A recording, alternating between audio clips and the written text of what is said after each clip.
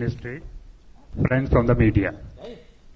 After the announcement of fiscal stimulus package of rupees 20 lakh crore by the Honorable Prime Minister yesterday, the Finance Minister is going to share the details of the package under mission Atmanirbhar Bharat. First, the Honorable FM and MOS will brief, then we will take some questions from you. Over to Finance Minister.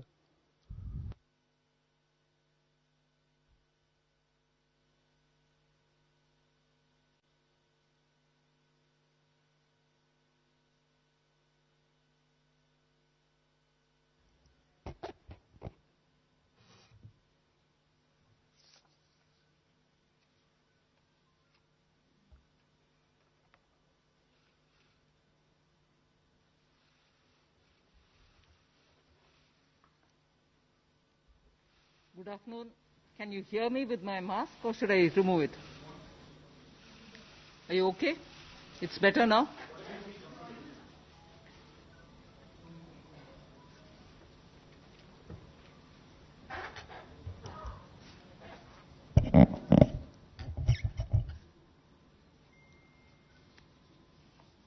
Good afternoon. I'm sure all of you all have heard the Honorable Prime Minister speak last night to the nation. He laid out a vision, a comprehensive vision. And that vision was laid out after wide and deep consultation with several sections of our society. And these discussions were held at various levels, with various ministries, and also gradually taken up to the level of the Prime Minister's office. And the Prime Minister himself has been spending considerable time to make sure the inputs obtained are given due consideration and they form a part of the package that's being given to the country.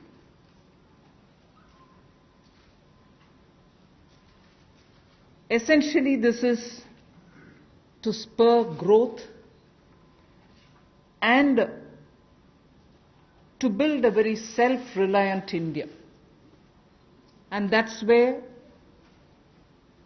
this whole initiative is called as Atmanirbhar Bharat Abhiyan. And the word Atmanirbhar India is the one which you will be hearing me say quite often. I know, coming from South India, a lot of people wondered what it actually meant. So for their benefit, I'll just say what it means in the 4 languages, subject of course to perfectionist corrections. Suya Sarbu Bharadam in Tamil, Suya Adharita in Telugu, Suyam Asarittan in Malayalam, and Swayam Avalambita in Kannada. Subject to correction, it may not be the perfect translation, but something to take it closer to what it means. So Atmanirbhar Bharat is what we are talking about. And you heard the Prime Minister clearly say that this is going to be resting on 5 important pillars. 5 important pillars: the economy, infrastructure, technology-driven systems, demography, and demand. So if these are the 5 pillars on which we are trying to build Atmanirbhar Bharat, the focus obviously will be what can be defined as the factors of production in today's language. Factors of production, all of us know that we've been hearing it: land, labor, capital, and enterprise. Today, we recast it, say it the same way, but then essentially referring to the very same factors of production, but in this Atmanirbhar Bharat, our focus therefore would be on those factors of production which are land, labor, liquidity, and law. So essentially it addresses issues of ease of doing businesses, ease of doing, compliance and regulations being due diligence observed, and so on. And in this, the intention is to build brands. Intention is also to take local brands,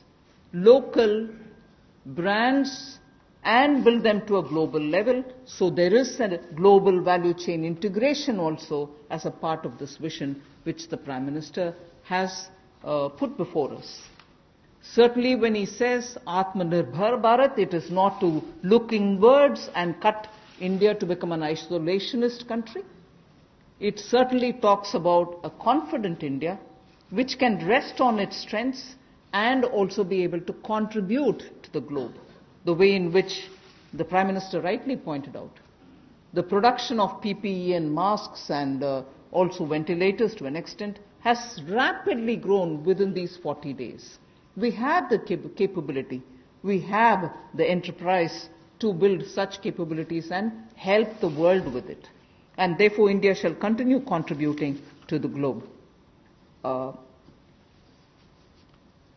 You've also been seeing, I'm moving away from Prime Minister's last night's speech, you've been seeing that the government being led by Prime Minister Modi, even in 2014-19 regime, was a listening, was a sensitive, and also was a responding government. And that is why I list before you the various reform-driven steps which have been successfully taken. It's important for us to recall that now. Even as we talk about building a new India, building an India which is going to be Atmanirbhar. If I were to group them into different categories and list out what has been done by this government, even in between 2014 and 19, if you were to talk about the poor, we had the DBT-based reforms, based on which today, as we look at the migrants, look at the poor, look at the lockdown in their lives and the impact it has made in their lives, the DBT enabled us to directly put money into their accounts, and they didn't even have to go to the bank to collect it. The bank mitras were able to come and deliver the money, and therefore that reform based on Jan Dhan accounts, based on Aadhaar, and based on mobile technology has brought a revolution in this country, which many countries do recall now, and many of them are not able to do it, although India is able to do it. So for the poor, the DBT, the micro-insurance schemes, PM Awas Yojana, Ujjwala Yojana, again something which has made it possible for people to have free cooking gas in the last 3 months. It wouldn't have been possible to reach out to the poor to have their cooking gas given unless the Ujjwala scheme was so successfully implemented. Swachh Bharat Abhiyan and Ayushman Bharat. And therefore for the poor, during the last tenure, the several schemes which benefited were all reform driven. If I were to talk about agriculture in the same spirit, PM Fasal Bima Yojana, PM Kisan Yojana, which again has come off handy, that we were able to front load the money to the Kisan during this lockdown. Otherwise it wouldn't have been possible. Creating new fisheries department, Krishi Sinchai Yojana, were all aimed at bringing reform in agriculture. Similarly, talking of business and also trying to bring in better business environment. PSB cleanups happen, public sector banks clean up after a heavy load of phone banking resulting in NPAs. Public sector banks recapitalization, FDI liberalization, ease of doing business reforms, which were taken down to the third level of administration governance, IBC reforms, GST reforms, and today because of the GST reforms you're able to see what impact lockdown is having on small and medium businesses. And finally, reforms in other areas, very quickly to recall. National Highway Authority, the TOT plans, the airport privatizations, power sector reforms, which resulted in India becoming a power surplus country from shortages always.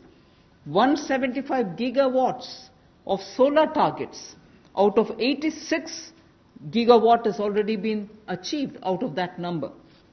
And cleaning up of the coal mine sector. These are all things which I would want to recall here before we talk about what we are offering in the Atmanirbhar Bharat. This is the foundation.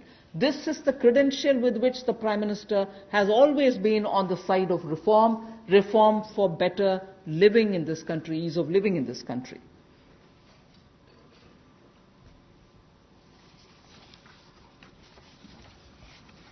नमस्कार।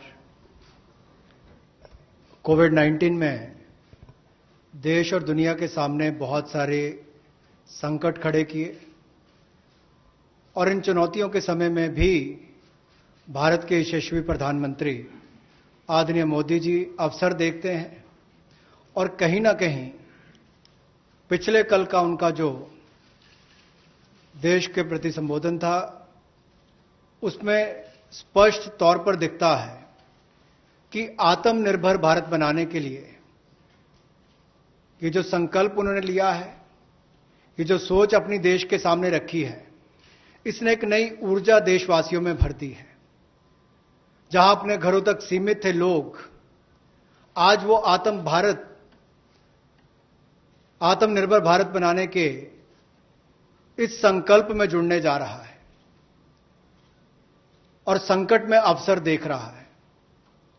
और शायद यही कारण है कि दुनिया के मुकाबले अगर भारत का देखा जाए तो इस लड़ाई में बहुत अच्छे कदम रहे। यहां तक कि दुनिया भर के देशों में दवाइयां तक पहुंचाने का भी संकट के समय में अगर किसी ने काम किया तो भारत की दवाइयों की कंपनियों ने किया, जिसमें भारत को बहुत प्रशंसा भी मिली है। यही नहीं, सबसे पहले कोविड-19 को चलते मोदी सरकार ने जो पहला कदम उठाया वो प्रधानमंत्री गरीब कल्याण योजना के रूप में लेकर आए कि देश के गरीब को भूखा ना रहना पड़े, उसको कोई दुख तकलीफ ना हो। और 1,70,000 करोड़ का ये पैकेज माननीय वित्त मंत्री जी ने आप सबके सामने रखा था। और यही नहीं, कंप्लायंस की कोई दिक्कत ना हो कि आपको कानूनी तौर पर वैधानिक रूप से कोई जो नियमों का पालन कर रहा है उसमें आप रह ना जाएं, तो उसकी भी छूट 3 महीने का मॉरेटोरियम पीरियड आपको दिया गया।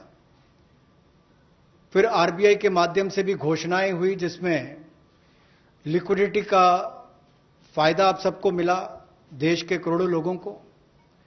तो मेरा मानना यह है कि रिफॉर्म्स की जब माननीय प्रधानमंत्री जी बात करते हैं कि आत्मनिर्भर भारत हमने बनाना है, तो उसके 5 स्तंभ की उन्होंने बात की है, 5 पिलर्स की बात की है, जिसकी विस्तार में उल्लेख माननीय वित्त मंत्री जी ने किया है। मैं एक बात इसमें और कहना चाहता हूं कि ये जो हम इकोनॉमी की बात करते हैं, अर्थव्यवस्था की बात करते हैं, पहला स्तंभ आधारभूत ढांचा हमारा ऐसा हो जो आधुनिक हो। और यही नहीं, हमारे सिस्टम जो है वो 21वीं शताब्दी में हमें विश्व गुरु बना सकें, उस लायक हम बनाएं।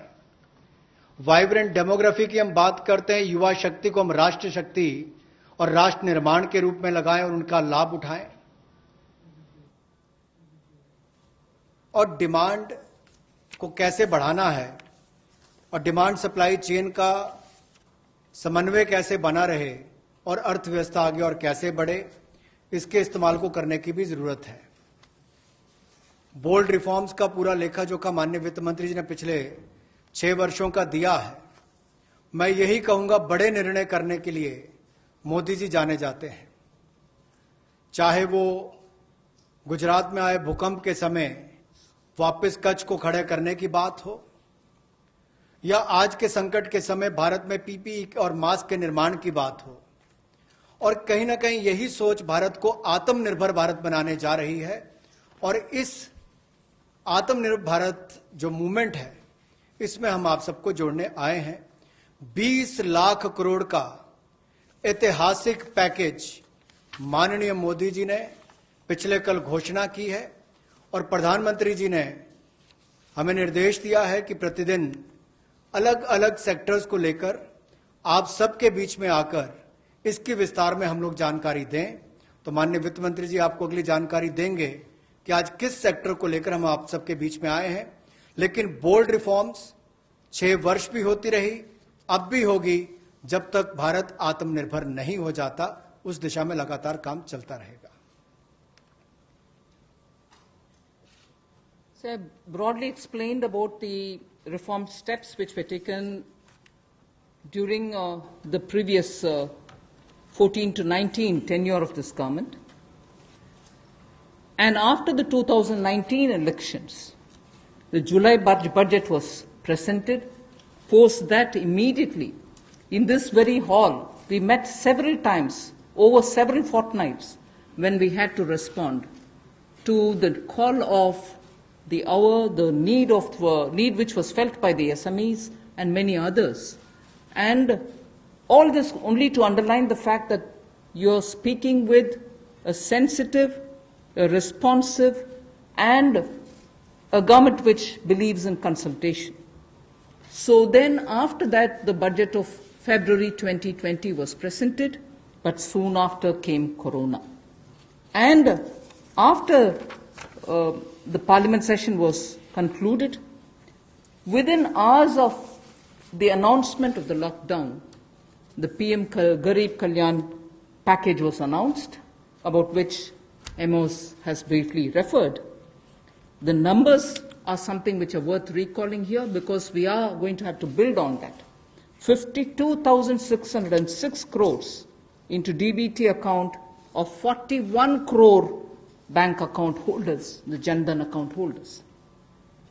18,000 crore worth grain and pulse transfers happened, in which 48 lakh metric tons of wheat and rice have been distributed, costing 69 crores, to 69 crore account ration card holders. 71,738 metric tons of pulses have been distributed to 6.25 crore card holders. Aside from this, non-card holders have also been distributed grains. And I mentioned a minute ago about the Ujjwala scheme, which helps distribution of free cylinders. Divyang and old age pensioners have all been also given assistance. So after the lockdown, within a couple of hours, meaning within a day or two, we came with that announcement of the Garib Kalyan package. With that, there was also a compliance and also due diligence related deadline dates which were postponed so that ease of compliance could come in. Beginning today, I come over to speaking about today. Beginning today, for the next few days, I shall be coming with this entire team before you to put out the details of the vision which PM has put forth yesterday. So PM's vision for a self-reliant India, we will come with the details in various tranches beginning today, and we shall not forget in each of the tranches that we are talking about that we do have a responsibility towards the poor of this country, towards the needy of the country, towards the migrant workers of this country, the Divyang and the aged. So the tranches will of course be for all our convenience, suitably bringing grouped items which have some correlation. Alongside, you also had the Reserve Bank of India coming up with a lot of liquidity infusion, about which the data which will be shared with you all will go into greater detail about the quantum that they came up with, the LTROs and the TLTROs. I'm not getting into it so that you'll get the data, but we are not going into it. We also ensured, the Revenue Secretary is here, we also ensured that 18,000 crores of refunds through a special drive were given for all the income tax taxpayers. Drawback were also given the payments. So the intention being liquidity should be in the hands of the people.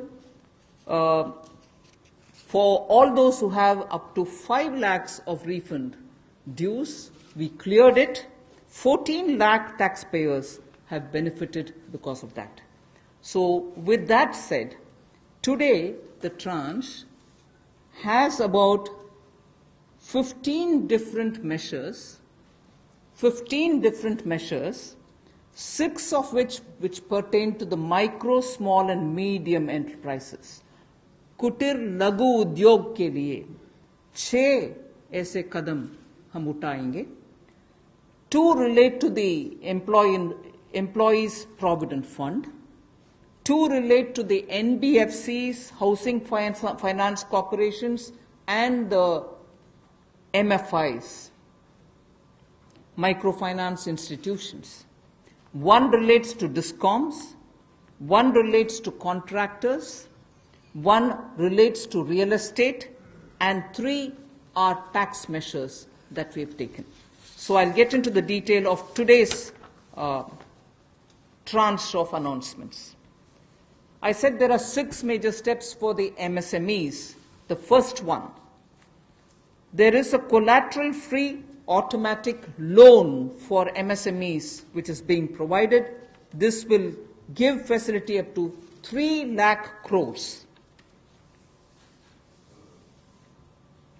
25 crore outstanding for those MSME units for whom 25 crore is the outstanding loan, or 100 crores whose turnover will benefit from this. These loans will have a 4-year tenure, and there will be a moratorium given for 12 months. These are going to be 100% credit guaranteed over as a cover given to banks and NBFCs on principal and interest. So this is going to be available till 31st October 2020. There are no guarantee fees, no fresh collaterals required. So I guess this will benefit 45 lakh units so that they can resume their business activity and also safeguard jobs.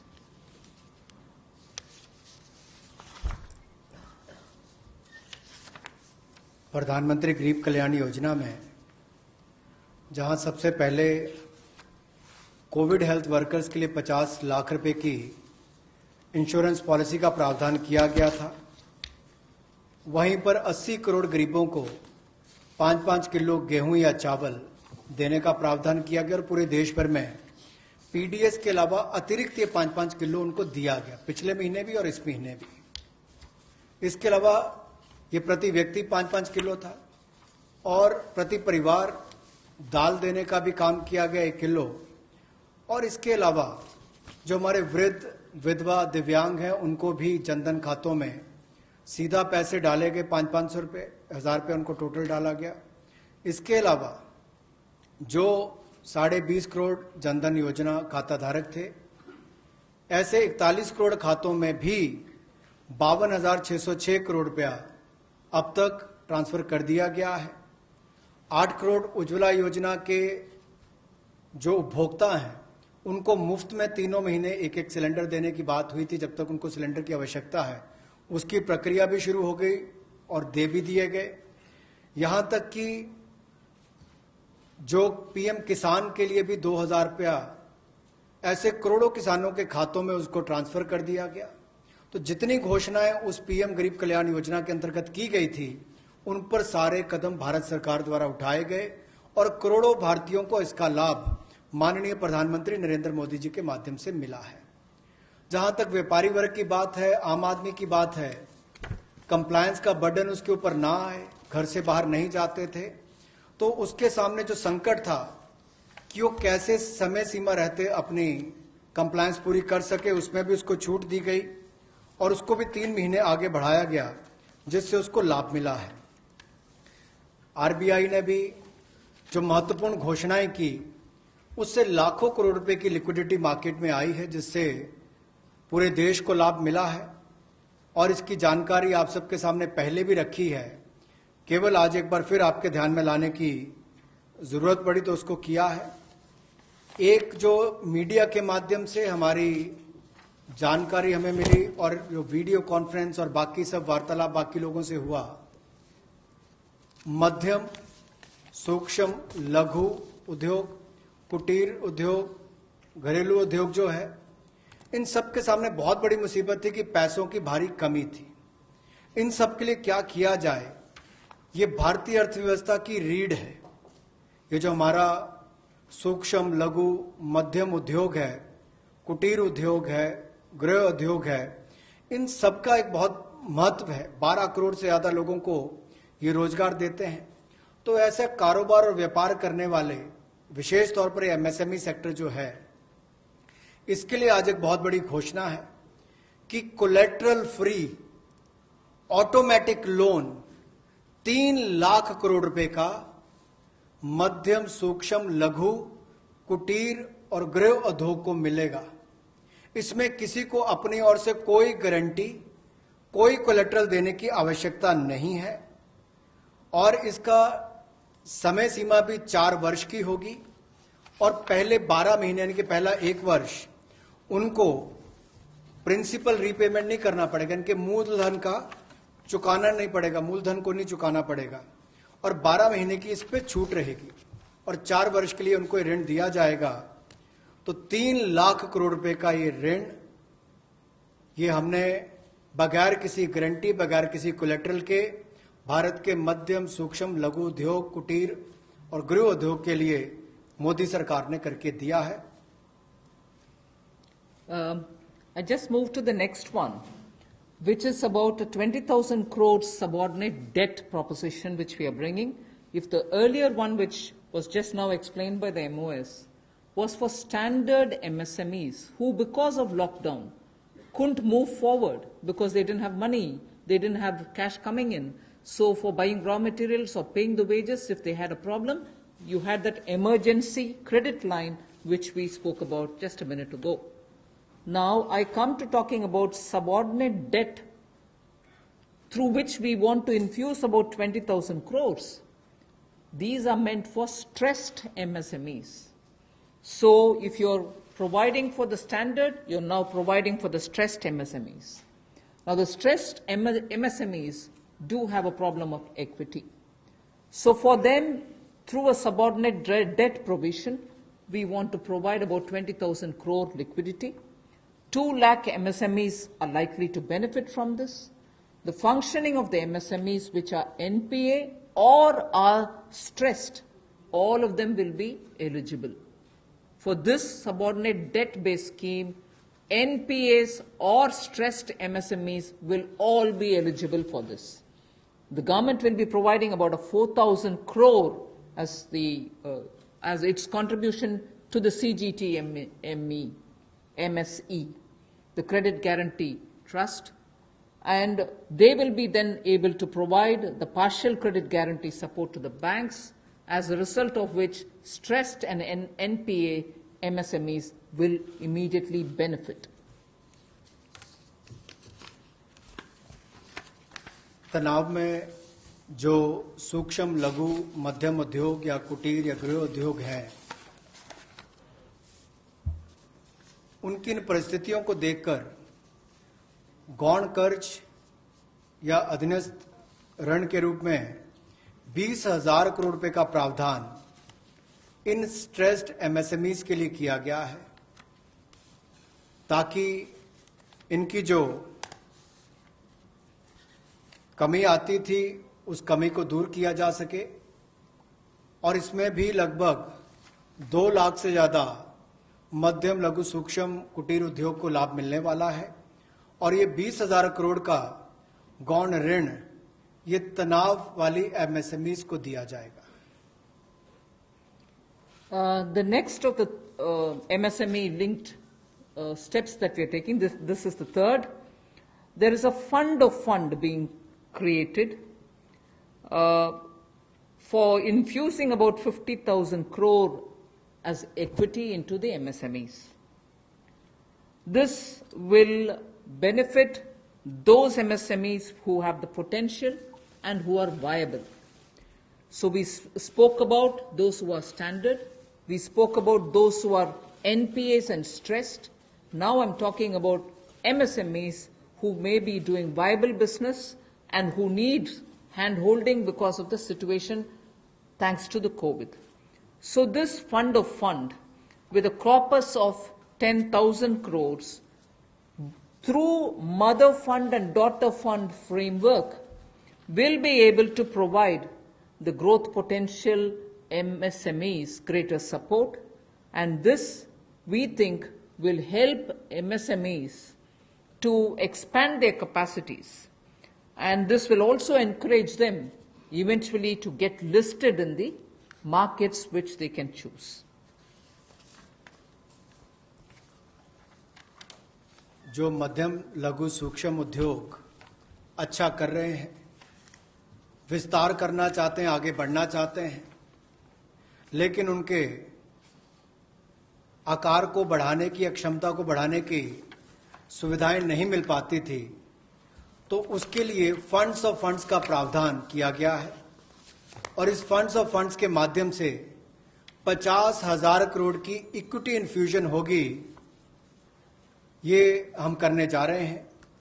इससे इन सभी अच्छा काम करने वाले मध्यम लघु सूक्ष्म उद्योगों को अपना आकार और क्षमता बढ़ाने का अवसर मिलेगा। The next one is something which all of us have been waiting for a long time, about the definition of MSMEs. I'm sure you heard from several sources that this discussion has been going on. We have now come to a stage where we can happily announce that the definition being changed is being changed in favor of the MSMEs. Because there was always this fear in very successful MSMEs also, that if they outgrow the size of what is defined as an MSME, they'll lose the benefits that they get as an MSME itself. So outgrowing this definition meant outgrowing and going out of receiving benefits. Therefore, MSMEs preferred to remain within the definition rather than grow. Now what we are coming with is a change in the definition of MSME so that they need not worry about growing in size. They will still be able to get quite a lot of benefits which otherwise, as an MSME, they had got. So now how do we change it? I told you why we are changing the definition. How are the changes being brought about? What exactly is the change which is coming in? The change is that investment limit which defined an MSME is being revised upwards. So you can be a slightly more larger invested company, but you're still going to be considered only as an MSME. And then I'll come to the amounts which is shown in the chart there. But the idea is, even with an increased investment, you'll still be defined only as an MSME. You shall not get out of the benefit which is given to you as an MSME. Second is, additional criteria to define an MSME is being brought in. And that criteria is based on turnover. So that is being brought in newly now. Earlier it was only investment size. Now investment size and or additional turnover size is being brought in.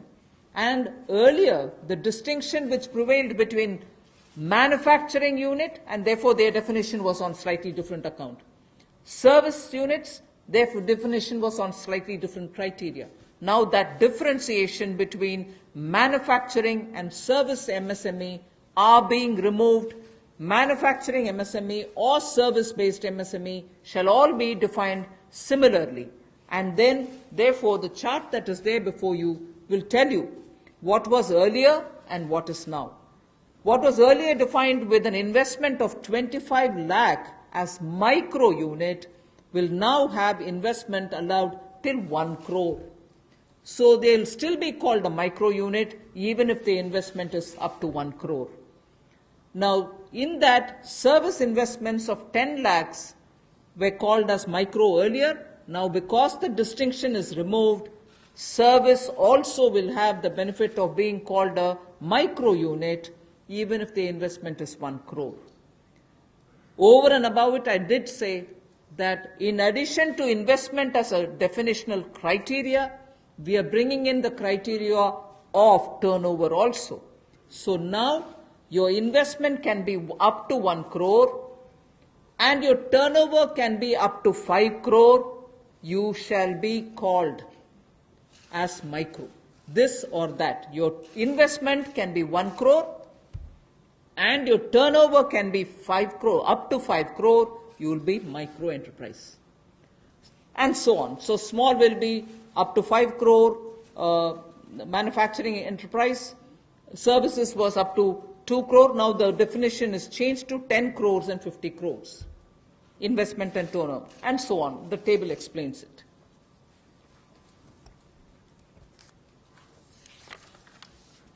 सूक्ष्म लघु मध्यम उद्योग में इसकी परिभाषा में कम दहलीज होने के कारण ये लगातार संकट रहता था कि अगर हम इससे बाहर जाएंगे तो हमें जो हमारे बेनिफिट्स मिलते हैं, लाभ मिलते हैं, उससे हाथ धोना पड़ेगा। और यही कारण था कि हमारे कुटीर सूक्ष्म लघु उद्योग कभी बड़ा बनने का सपना नहीं देखते थे, और सपना देखते भी थे तो ये जो सीमा इसके लिए रखी गई थी, कम दहलीज थी, इसके कारण ये बड़े नहीं हो पाते थे। और कहीं ना कहीं जो आज कंपटीशन है उसमें फिर ये बहुत पीछे रह जाते थे। वर्षों लंबित मांग है, वर्षों से मैं सुनता आ रहा हूं, चौथी बार एमपी बन गया, कब से शुरू हो रही, आज तक वही मांग है। मैं धन्यवादी हूं प्रधानमंत्री मोदी जी ने इस पर यह कदम उठाने के लिए कहा है। और जो पहले क्राइटेरिया था कि मैन्युफैक्चरिंग यूनिट जो है वो 25 लाख से कम इन्वेस्टमेंट की होगी तो माइक्रो में आएगा, और सर्विस एंटरप्राइजेज जो थी वो 10 लाख तक की अगर उसने इन्वेस्टमेंट की होगी तो माइक्रो में आएगा। अब इसमें एक बदलाव किया गया है कि निवेश की लिमिट को तो बढ़ाया गया है, साथ में कारोबार को भी जोड़ा गया कि आपने व्यवसाय या कारोबार कितना उस वर्ष में किया है। तो इसको इन्वेस्टमेंट को बढ़ाकर माइक्रो के लिए 25 लाख से बढ़ाकर 1 करोड़ तक की जो इन्वेस्टमेंट करेगा वो माइक्रो यूनिट कहलाएगा। और ये मैन्युफैक्चरिंग और सर्विसेज दोनों के लिए एक ही क्राइटेरिया रहेगा, तो सर्विस सेक्टर को भी माइक्रो में आने का लाभ मिला है। तो 1 करोड़ से कम निवेश करने वाले को माइक्रो इंडस्ट्री में, जो 5 करोड़ तक का व्यापार कारोबार करेगा उसको माइक्रो कहा जाएगा। स्मॉल वाले के लिए 10 करोड़ तक का निवेश और 50 करोड़ तक का कारोबार करने का प्रावधान, और मीडियम जो है उसमें 20 करोड़ तक का निवेश और 100 करोड़ तक की टर्नओवर। तो आप कल्पना कीजिए कि कल तक जो शायद मीडियम वाले के लिए आता था वो आज आपके स्मॉल वाले के लिए भी उससे बेहतर ऑप्शंस आकर खड़ी हो गई। तो इससे हमारे कुटीर सूक्ष्म लघु मध्यम उद्योग को बहुत बल मिलने वाला है। एक और बैंकों का हाथ पकड़ना, पैसा देना, दूसरी तरफ से डेफिनेशन चेंज करके उनके आकार और क्षमता को बढ़ाने का अवसर देना, ये अपने आप में क्रांतिकारी कदम इस दिशा में लिया गया है। I move to the 5th step in the MSMEs. I said total 6 measures are getting announced today. Of the 6, the 5th one is that for government procurement, tenders up to 200 crores will no longer be on global tender route, meaning global tenders will be disallowed in government procurement for tenders up to 200 crores. Why is this being done? Majority of the MSMEs in India were unable to supply those big mother units, as you may call, big, large companies, who they were serving all the while. Suddenly the conditions became, based on the global tenders, unmatchable by our MSMEs. So they were disqualified from supplying to companies for whom they actually grew as ancillary units. As a result, many of our MSMEs were not anymore able to participate in supplying products to many of these large units. So by bringing this condition now, we are saying for global tenders worth 200 crores or less, particularly for government procurement. They need not be global tenders at all. So this will make MSMEs do their business with a lot more confidence and carry on with it. Self-reliant India will also then be able to serve Make in India, because small units can now be participant in government purchases. पिछली 2 slides में भी आपने देखा होगा कि कुटीर, सूक्ष्म, लघु, मध्यम उद्योग के लिए जो बड़े कदम उठाए गए हैं, 3 लाख करोड़ के कोलेटरल फ्री और कोई नई गारंटी दिए बिना एक और से ऋण उपलब्ध करवाना, उसके अलावा जो बाकी कदम उठाए गए और उनकी परिभाषा बदलने का काम भी किया गया, तो ये कदम उससे एक और स्तर ऊपर है कि ये सब बदलने के बाद उनको कामकाज जब मिले तो कंपटीशन में कहीं ना कहीं अनफेयरनेस जो होती थी, उसमें हमारे लोकल उद्योग वो पीछे रह जाते थे। तो लोकल को बल, लोकल से ग्लोबल तक जाने की बात जो कल तक प्रधानमंत्री जी ने कही, उसी दिशा में एक ये कदम है। लोकल के लिए वोकल भी, लोकल को बल भी, लोकल से ग्लोबल भी। तो ये इसीलिए ग्लोबल टेंडर्स जो हैं, ये 200 करोड़ तक से कम वाले जो हैं, इसमें यानी कि 200 करोड़ से कम वाले में ग्लोबल टेंडर्स नहीं होंगे। इसमें हमारे सूक्ष्म, लघु, मध्यम उद्योग को लाभ मिलेगा और कहीं ना कहीं आत्मनिर्भर भारत की जो हम बात करते हैं, उस दिशा में कदम ये भी उठाया गया है। The 6th step towards MSMEs is post-COVID, trade fairs, exhibitions are going to be very difficult. So we shall ensure that e-market linkage is provided across the board for all these MSMEs so that they're able to find their market easily in the absence of being able to participate in trade fairs which cannot be held in this environment. Also, very importantly, Government of India and also CPSEs, where there are receivables by MSMEs, we now announce that within the next 45 days, all their receivables will be cleared.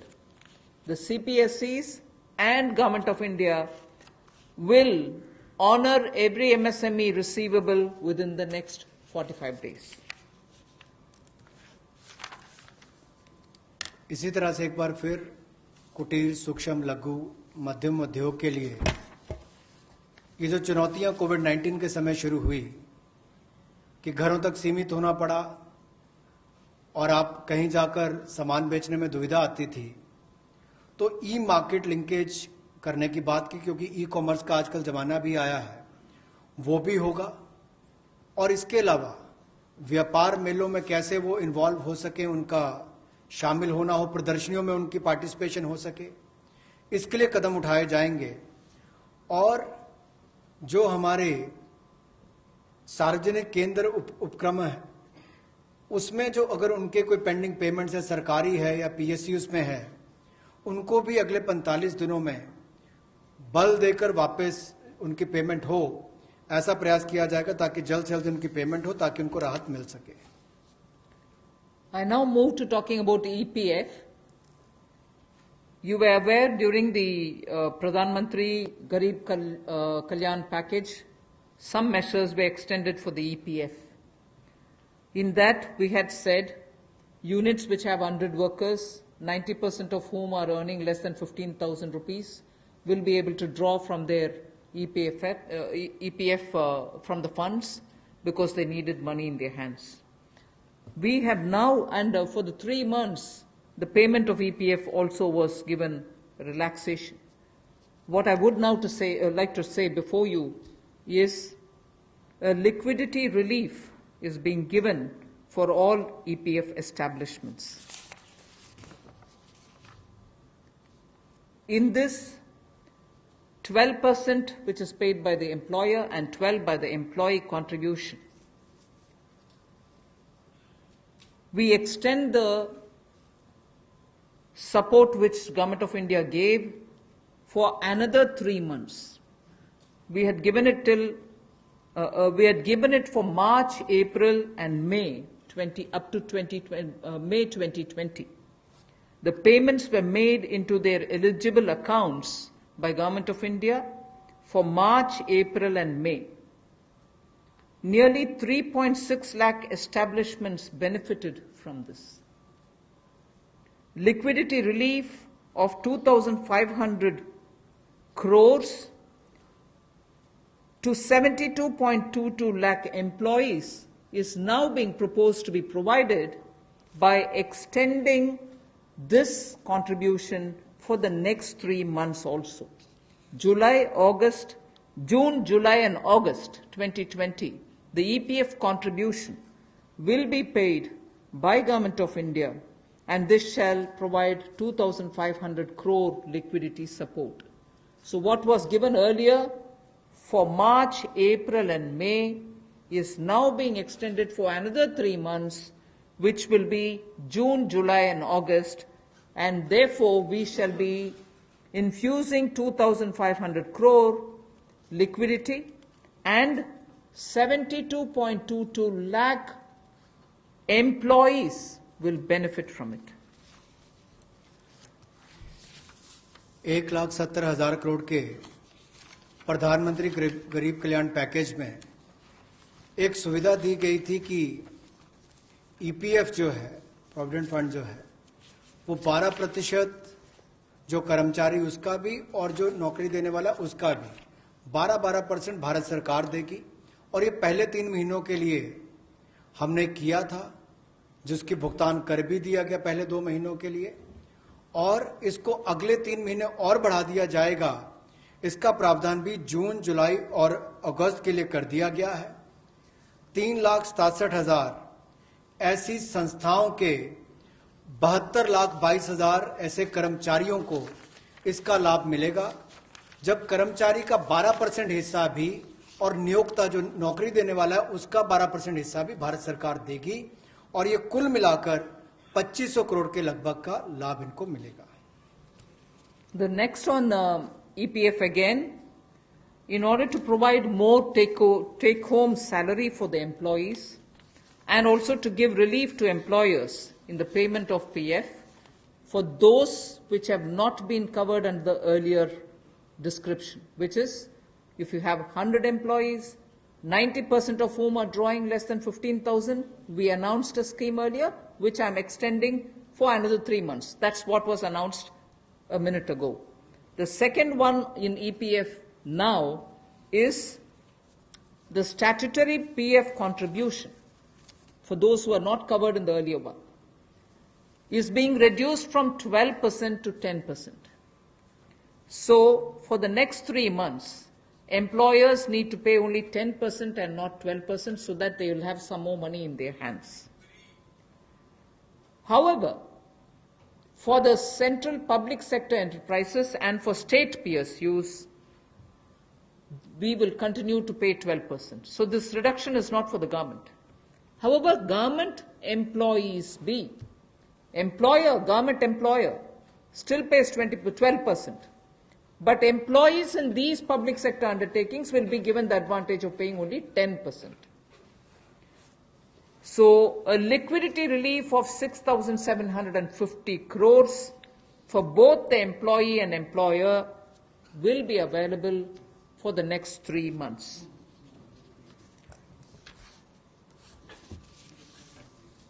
एक और प्रावधान, क्योंकि आज के समय पैसा कर्मचारी के हाथ में भी कैसे ज्यादा हो, इसमें भी एक बड़ी राहत देने का प्रयास इसमें किया है कि जो ईपीएफ कंट्रीब्यूशन है, जिनका ईपीएफ का योगदान है, वो ऐसे संस्थानों के लिए और कर्मचारियों के लिए 12% से कम करके 10% अगले 3 महीनों के लिए किया गया है। इससे कर्मचारी भी और संस्थान दोनों को लाभ मिलेगा, लेकिन जो सरकारी हमारी संस्थान है, सेंट्रल पीएससीज हैं, इनके लिए 12% ही रहेगा, उसमें कोई बदलाव नहीं किया गया है। तो इससे कुल मिलाकर 6,750 करोड़ रुपए का लिक्विडिटी सपोर्ट इनको मिलेगा और एक तरह से 6,750 करोड़ रुपया ज्यादा इनके हाथ में आएगा। The next one is about non-banking financial companies, housing finance corporations, and microfinance institutions. We have been hearing, in spite of a lot of steps which the RBI took, in spite of all the provisions that we made between the July budget and the February budget, it was felt that the NBFCs were not able to get enough resources. And particularly, some NBFCs which were not very highly rated had particular difficulties in comparison to the others. So, Government of India now launches a 30,000 crore special liquidity scheme. Under the scheme, investment will be made in both primary and secondary market transactions, where investment grade debt papers, this is not infusing equity, this is taking and buying debt papers of NBFCs, housing finance corporations, and microfinance institutions. And not high quality debt papers, they can be investment quality also. So, this we expect will have an impact on those struggling NBFCs who need money to carry on with business. And these NBFCs are also those who have been funding MSMEs. So, in order for these NBFCs to keep their network of MSMEs served, this infusion is absolutely necessary. And these securities with which you're going to buy these debt papers will be fully guaranteed by Government of India. They will be fully guaranteed by Government of India. We hope that this will also bring in a lot of difference for NBFCs who have access to small and micro units, and therefore we want to ease the flow of credit through these NBFCs who have only not so good debt papers in their hands.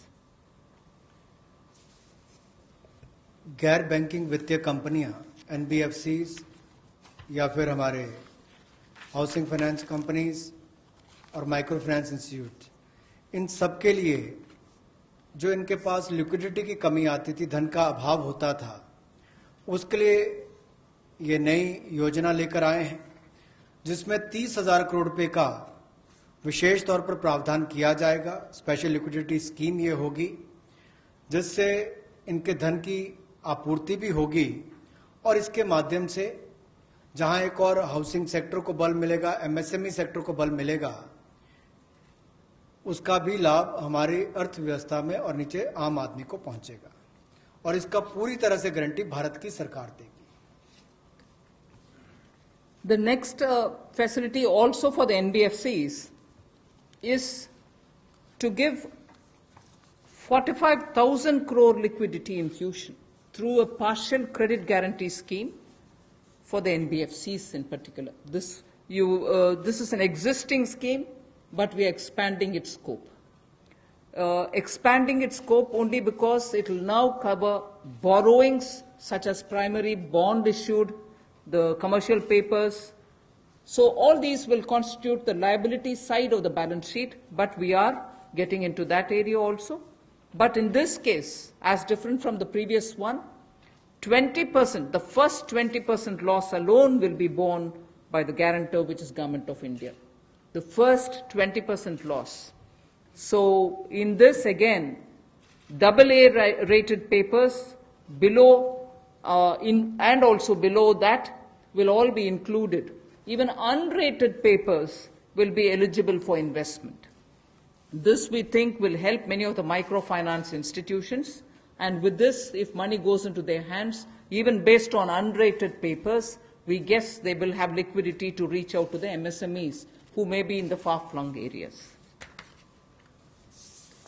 जहां पहली 30,000 करोड़ की liquidity guarantee scheme लेकर आए थे NBFCs के लिए, एचएफसीज और MFIs के लिए, वहीं पर अब आंशिक ऋण गारंटी योजना ये लगभग 45,000 करोड़ रुपए की एनबीएफसीज का इसमें प्रावधान किया गया है। इसमें भारत सरकार गारंटर होगी, जो 20% का नुकसान इसके द्वारा वहन किया जाएगा।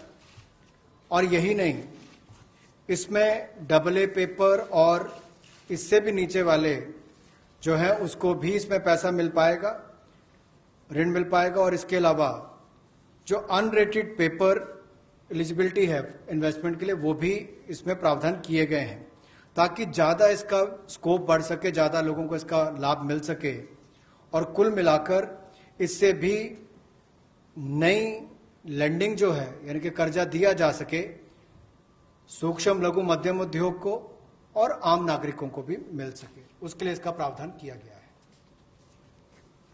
I move over to talking about the DISCOMs. DISCOMs today are facing unprecedented cash flow problems. They desperately need help. Otherwise, they are unable to pay the power generating companies. You know, all the states, DISCOMs are in serious crisis. So in order to help them, there is a emergency liquidity injection, which is happening to the extent of 90,000 crores. Now, the Power Finance Corporation, REC, the Rural Electrification Corporations, both of them put together will infuse liquidity of 90,000 crores to all the DISCOMs against all the receivables that they have. They're sitting there without getting paid. In turn, they are not able to pay the GENCOs.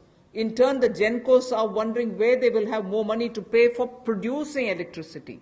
And at a time when we are talking about Atmanirbhar Bharat, at a time when we are also rightly claiming the credit for having made India a surplus power generating country, we've reached a stage where DISCOMs don't have money because they're sitting with receivables. So we are now making a provision, a one-time provision, for PFCs and RECs to infuse that money into the DISCOMs against their receivables, and who in turn, this will be done with the state issuing guarantees. The guarantee, the amount which is being infused on guarantees being given by states. Now, obviously, having received that infusion of money, the DISCOMs will pay the GENCOs. GENCOs in turn will clear their dues and keep the cycle moving. Now, what does this do to the customer? The customer, we want the benefit to be passed on to the customer. We are in fact telling the central public sector generation companies that they shall give rebate to those DISCOMs which shall pass these benefits to the final customer. So we are making it clear to the central public sector generation companies that on receiving the money from the DISCOMs, they should be able to pass it on again back to the consumers. So this is a one-time infusion of liquidity for cash-desperate DISCOMs.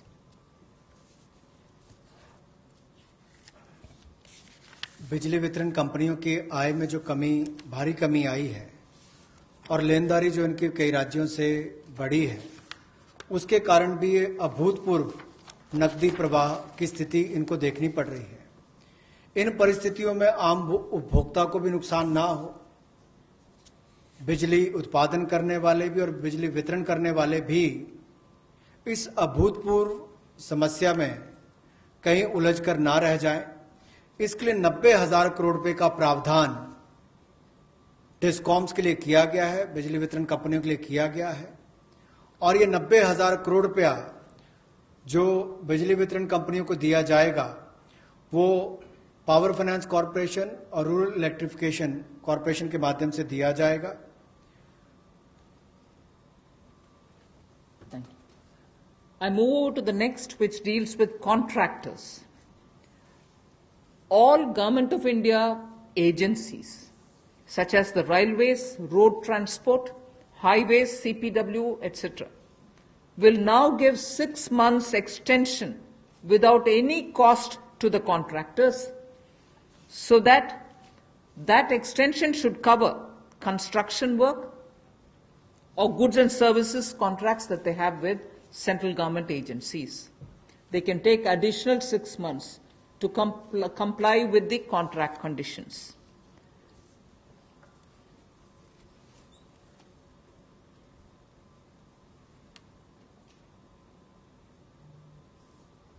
I didn't get it.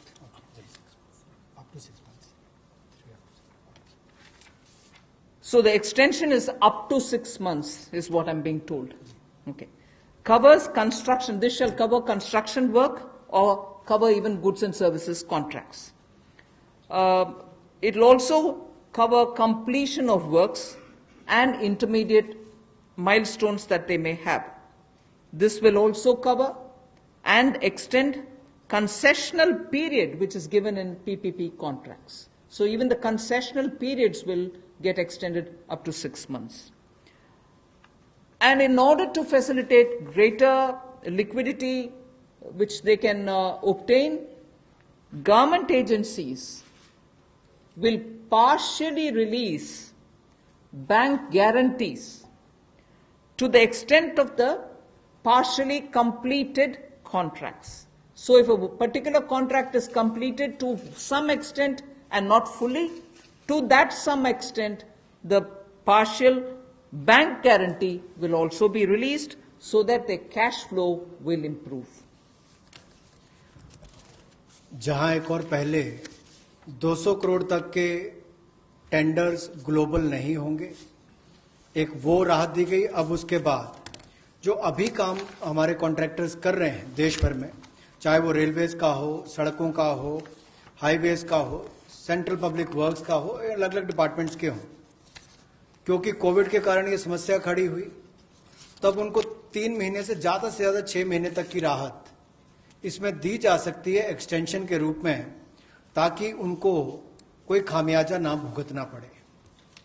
और जो obligations थी उनकी, उसके कारण दिक्कत आ सकती थी, इसलिए प्रावधान किया गया है ताकि मुकदमेबाजी या बाकी सब ना हो और मानसिक रूप से भी ठीक रहे और अच्छा काम करके समय पर पूरा कर सकें।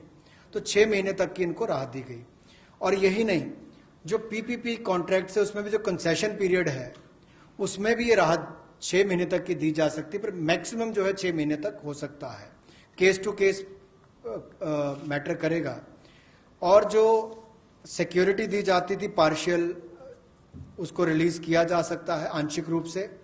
मान लीजिए मैं कोई ठेका लिया है, 70% किसी ने काम किया और उसके एवज में उसकी आंशिक रूप से वो बैंक गारंटी को वापस किया जा सकता है, ताकि उसके पास और लिक्विडिटी और काम करने के लिए आ सके। एक बहुत बड़ी राहत इस तरह से कॉन्ट्रैक्टर्स को भी देश भर में देने का एक प्रावधान किया है।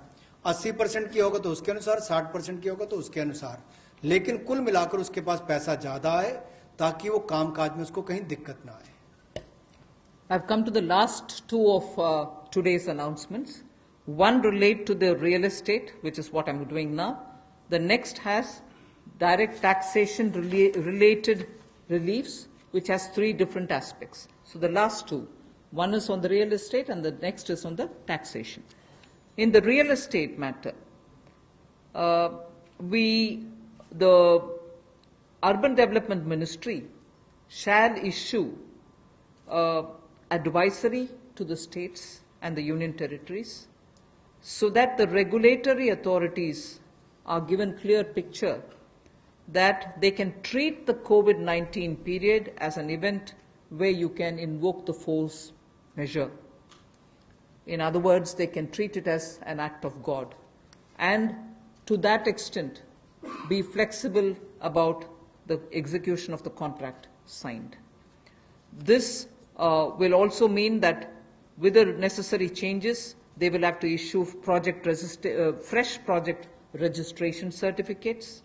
They can extend the registration and the completion dates. Suo motu, they can do it by 6 months for all registered projects, expiring on or before 25th March 2020. So using the force majeure clause, they can suo motu extend the registration and completion date by 6 months if the project was registered on or after 25th March 2020.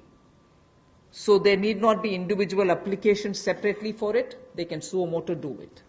They can also issue fresh project registration certificate automatically with revised timelines. So this way, people who had entered into a contract and got fixed because of the coronavirus will not suffer.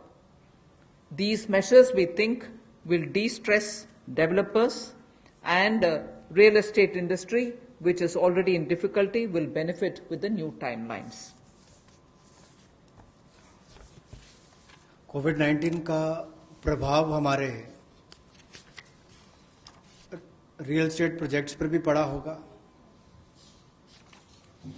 और इसके लिए ही ministry of housing and urban development ये राज्य की सरकारों को और यूटीज को एडवाइस भी करेगी कि उनकी जो रेगुलेटरी अथॉरिटीज हैं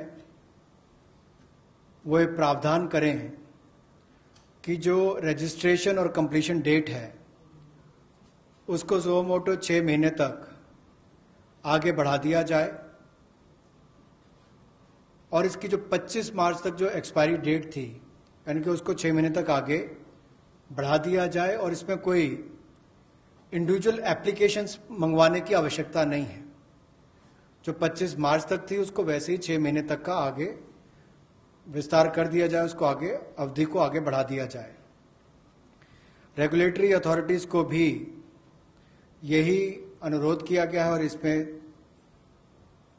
ministry of housing and urban affairs के माध्यम से जाएगा कि 3 महीने तक पीरियड उसको भी आगे बढ़ा दिया जाए, और जो फ्रेश प्रोजेक्ट रजिस्ट्रेशन सर्टिफिकेट्स हैं वो भी रिवाइज टाइमलाइंस के साथ दे दिए जाए।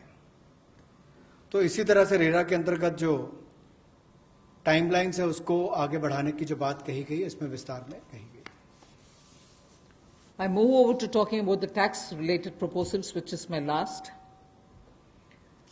You're fairly familiar with the TDS and the TCS tax deductions which happen. We have now, from, let us say, tomorrow till 31st March 2021, reduced the TDS rates and the TCS rates by 25% of the existing rate. So if the existing rate is 100, it will be reduced by 25%.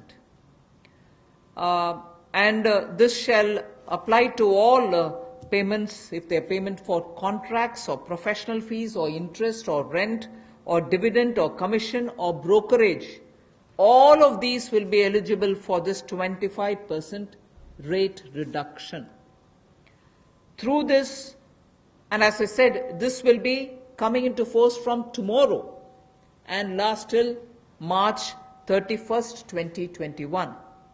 And this, we think, this reduction, we think, will release nearly 50,000 crores in the hands of the people who otherwise would have paid it as TDS. This reduction alone is going to give 50,000 crores back to the people, in the sense it will be in their hands rather than coming in as payment of taxation. जो TDS rates हैं वो सभी non salaried payment वालों को, residents को, और TCS rate जो है उसमें 25% की कटौती की गई है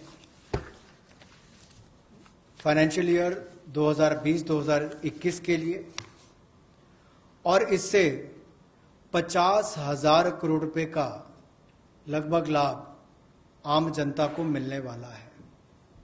यानी कि अगर मेरा 100 रुपया बनता था तो मैं 100 रुपये की बजाय अब 75 रुपये दूंगा, और उसमें 25% की कटौती की गई है।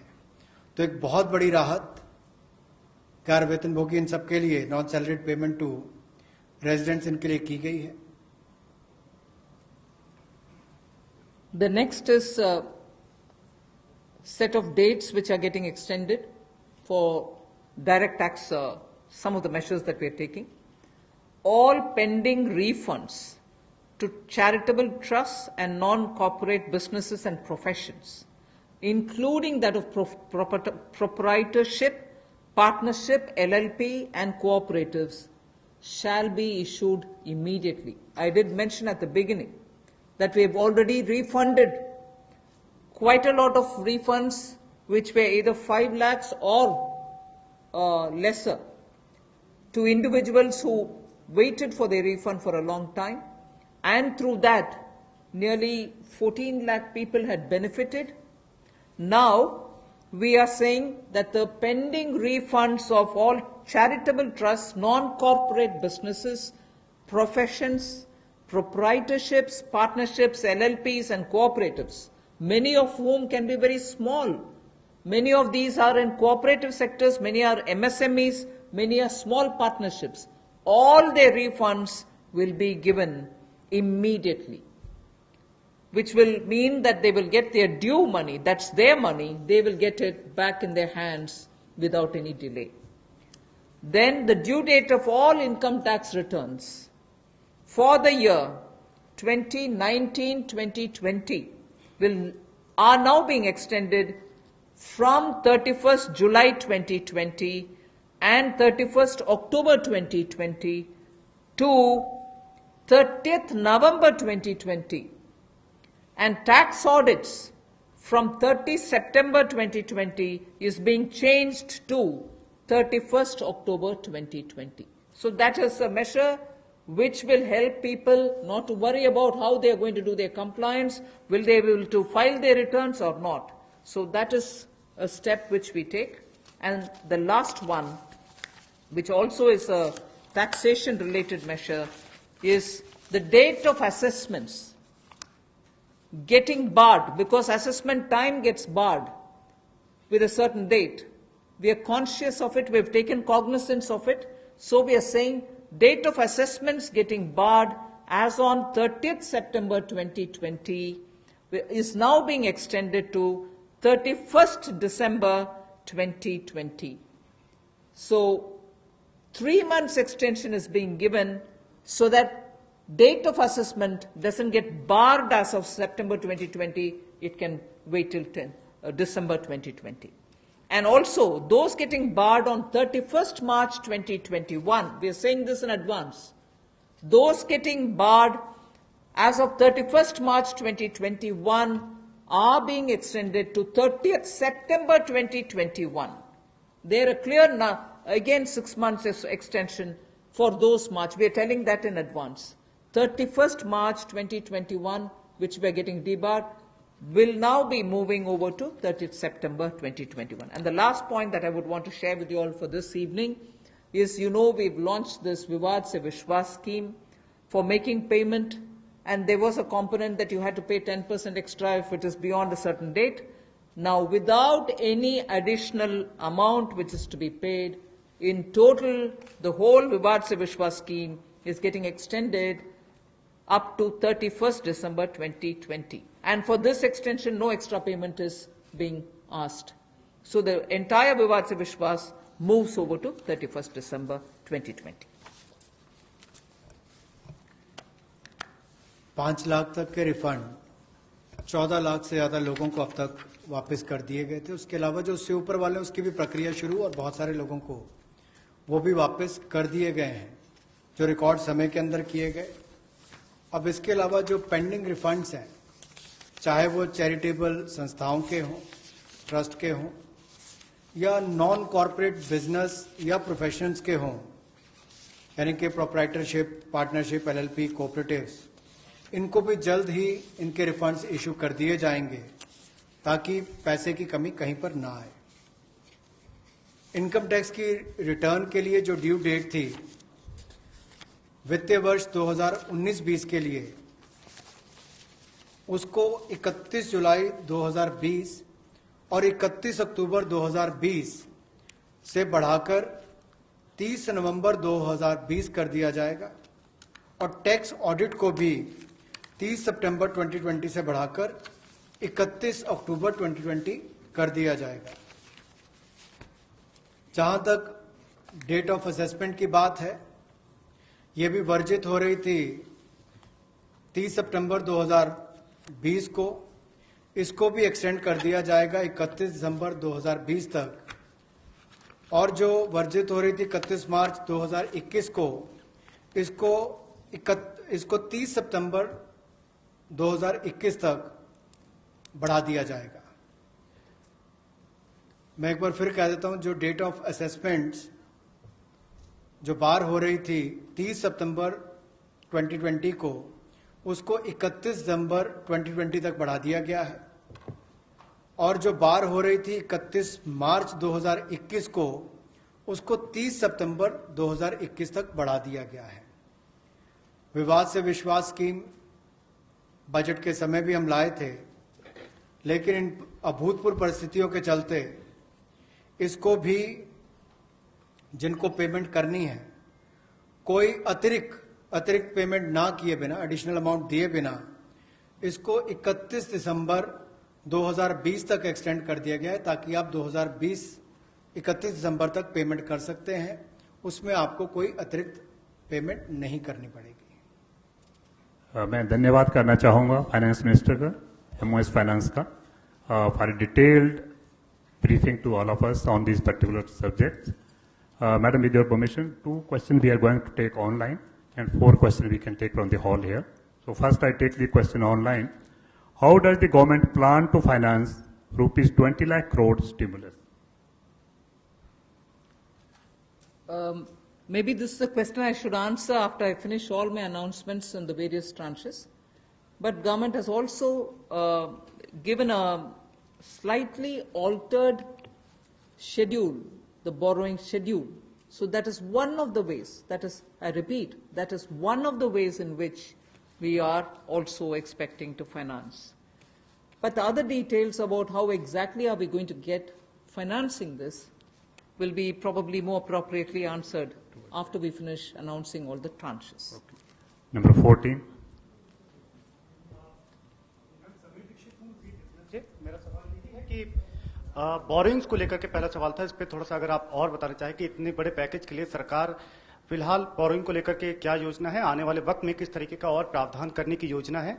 और दूसरा ये कि जो बैंक गारंटी, जो लगातार बैंक पिछले 2-3 महीने में ये बात को लेकर के चिंतित थे कि कुछ सेक्टर्स पर लोन देने के लिए वो ज्यादा पॉजिटिव नजर नहीं आ रहे थे और बैंक गारंटी, सरकार से गारंटी को लेकर के वो लगातार अपील कर रहे थे। ऐसे में आपको लगता है कि इस बड़े पैकेज के बाद में बैंक की तरफ से लोन देने की शुरुआत हो पाएगी और लिक्विडिटी फ्लो की जो कोशिश है उसको कामयाबी मिलेगी?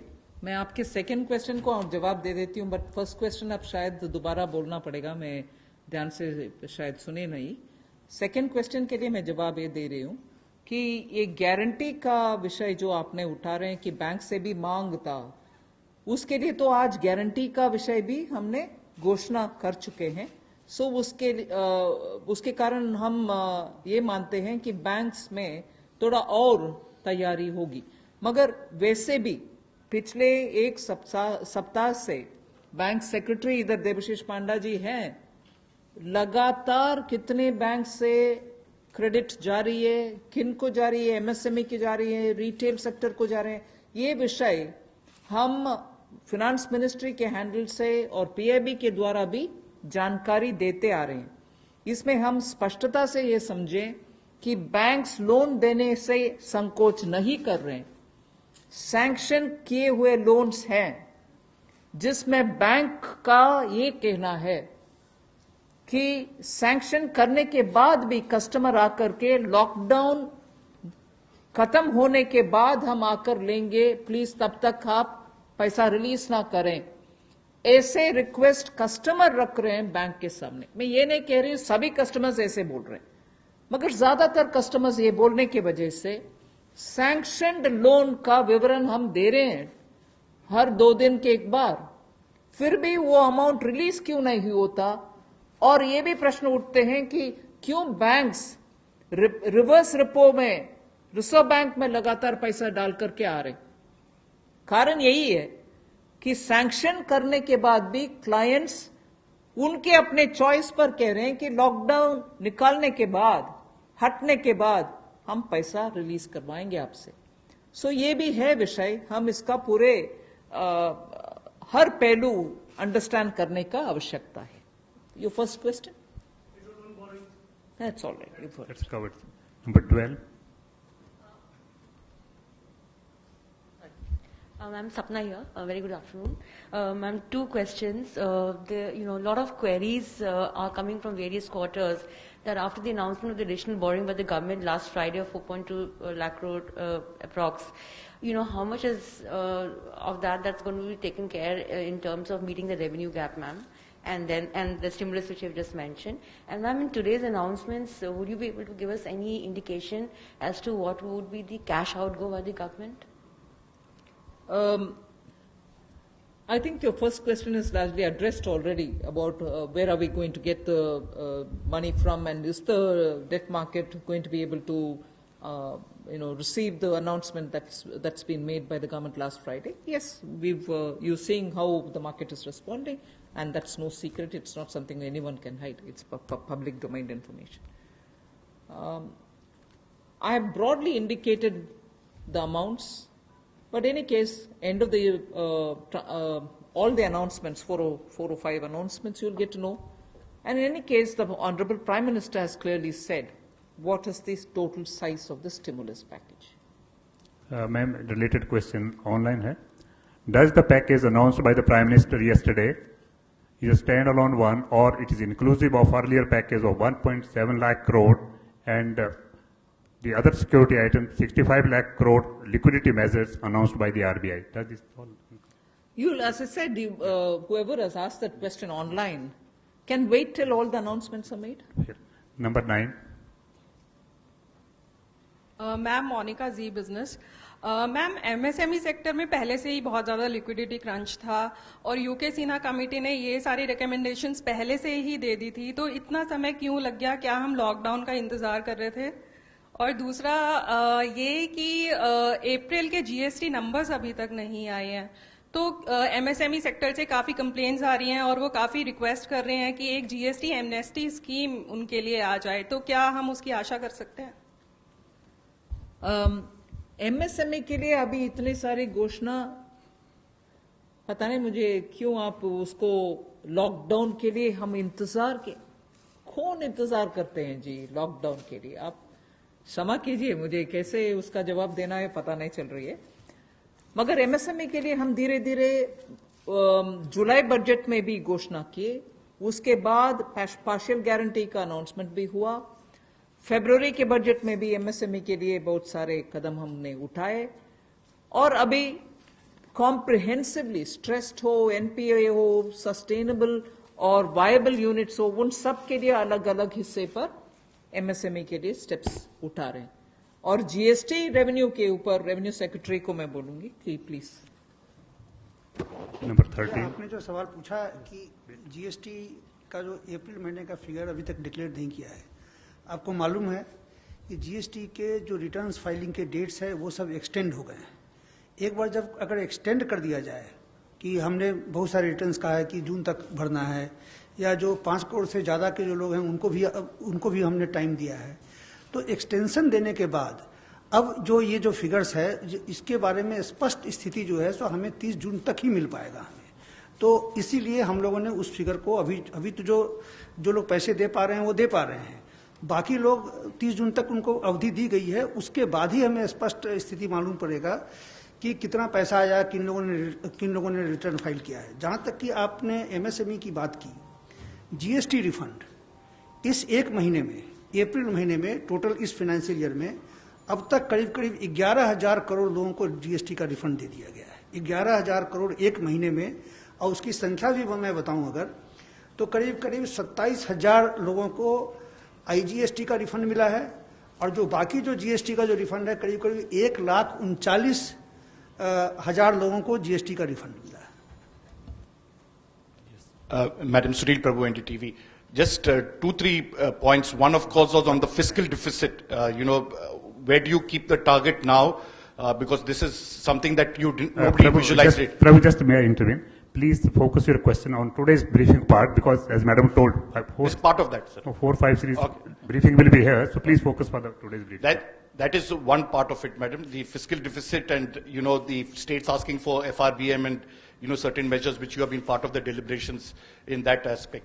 The second is that when you say the EPF and this package that is being given to MSMEs, especially, there is unemployment that is taking place. How are you going to safeguard that, through various measures vis-a-vis this, and what exactly is the outlay that we are envisaging in terms of from the finance ministry?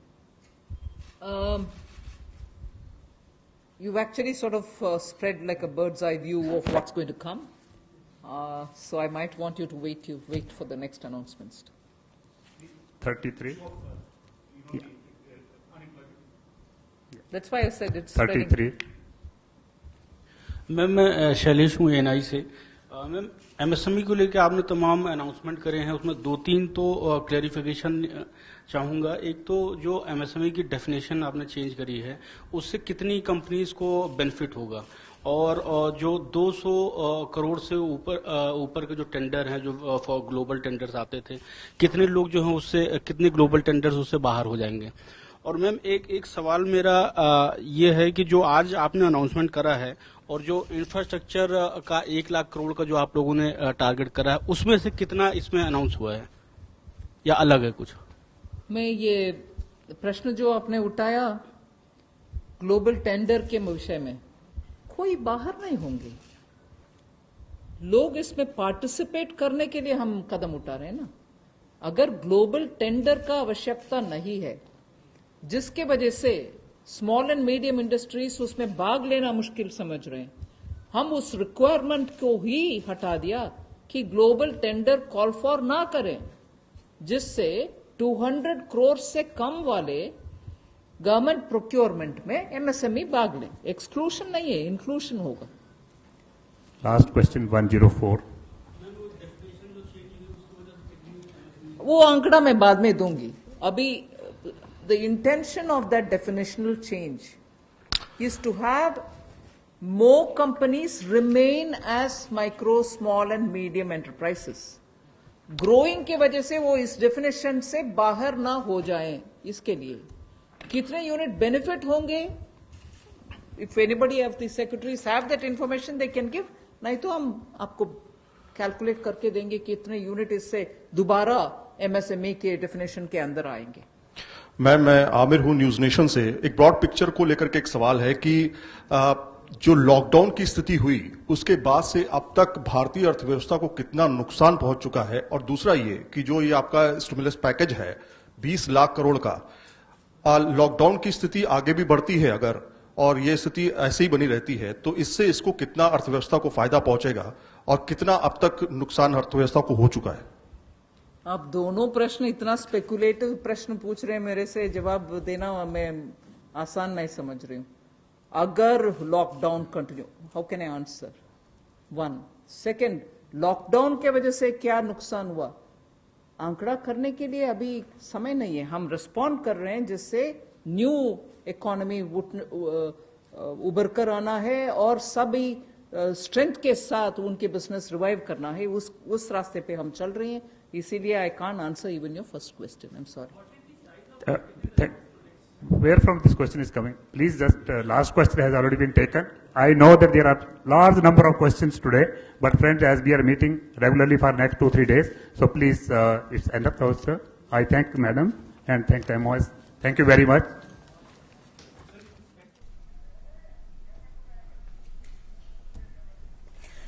तो आप ये सीधी तस्वीरें देख रहे थे national media centre से, जहां पर वित्त मंत्री और वित्त राज्य मंत्री और वित्त मंत्रालय के जो तमाम पदाधिकारी थे वो आत्मनिर्भर भारत, ये जो नया पैकेज है उस पर जानकारी दे रहे थे। अगर मैं थोड़ा सा समअप कर पाऊं तो आज नए जो मेजर्स लिए गए हैं उनकी संख्या 15 है। मैं प्रधानमंत्री गरीब कल्याण योजना और जो आरबीआई के द्वारा कदम उठाए गए हैं उनका जिक्र नहीं कर रहा हूं। आज के जो नए कदम है वो उनकी संख्या 15 है। अगर मैं on the back of the envelope अगर मैं थोड़ा सा ऐड कर पाया हूं कि कितना फायदा या कितना लिक्विडिटी सिस्टम में जाएगा, तो वो है 6,40,000 करोड़ रुपए का। ये on the back of the envelope है, एग्जैक्ट संख्या वित्त मंत्री ने नहीं दिया। उन्होंने कहा कि अभी कुछ दिन और भी अनाउंसमेंट्स होंगे और ये जो 20 लाख करोड़ रुपए का जो पैकेज है उस पर तमाम जो आंकड़े हैं वो देश के सामने रखे जाएंगे। आज का एक मोटा मोटा जो हिसाब है वो एडिशनल जो मेजर्स लिए हैं वित्त मंत्री ने वो 6,40,000 करोड़ रुपए के लिए हैं। 6 बड़े फैसले किए गए हैं एमएसएमई सेक्टर के लिए। अगर आज हम कहें आज का जो फैसला है वो एमएसएमई सेक्टर के लिए है, एमएसएमई सेक्टर को सपोर्ट करने वाले एनबीएफसीज और एमएफआईज के लिए है, पावर सेक्टर जो कि सबसे बुरी तरह से प्रभावित है इस कोविड-19 की वजह से, उसके लिए एक बहुत बड़ा पैकेज का ऐलान किया गया है। साथ ही साथ टैक्स मेजर्स के जरिए आम आदमी को भी थोड़ी सी राहत देने की कोशिश की गई है, उनके जेब में थोड़े से पैसे ज्यादा पहुंचे, इसकी व्यवस्था की गई है। एक बार फिर से अगर हम पहुंचते हैं एमएसएमई और आज के अगर हम पैकेज को एमएसएमई पैकेज कहें तो इसमें